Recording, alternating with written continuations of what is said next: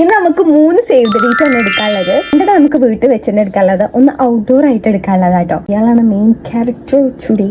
അപ്പോ നമുക്ക് behind the scenes ഉണ്ടായാലോ. ഇതാണ് കേട്ടോ നമ്മുടെ ബാക്ക്ഗ്രൗണ്ട് സെറ്റിംഗ് ഐറ്റംസ്. ഇത് എന്നും ഇതുപോലെ ഇക്കാരം, കാരണം നമുക്ക് എന്നും ഇത് അങ്ങോട്ട് എടുക്കുക അതാണല്ലോ പണി. ഇത് ഉള്ളിലാണ് വെക്കുക. പക്ഷെ നമുക്ക് സൺലൈറ്റ് ഒക്കെയാണ് സേവ് ദ ഡേറ്റിന്. അതുകൊണ്ട് തന്നെ സൺലൈറ്റ് ഇല്ലാതെ കാര്യം നടക്കൂല. നമ്മൾ പുറത്ത് പോകണം, അത് എടുത്തു വെക്കണം, തന്നെയാണ് എന്നും പണി. അങ്ങനെ നമുക്ക് സെയിം തീമിലായിരുന്നു നമ്മൾ ഓൾറെഡി ചെയ്തതാണ്. അതേപോലെ സെയിം അവസ്ഥ തന്നെ ഇതൊക്കെ നമ്മൾ റീലോഡ് ചെയ്തു.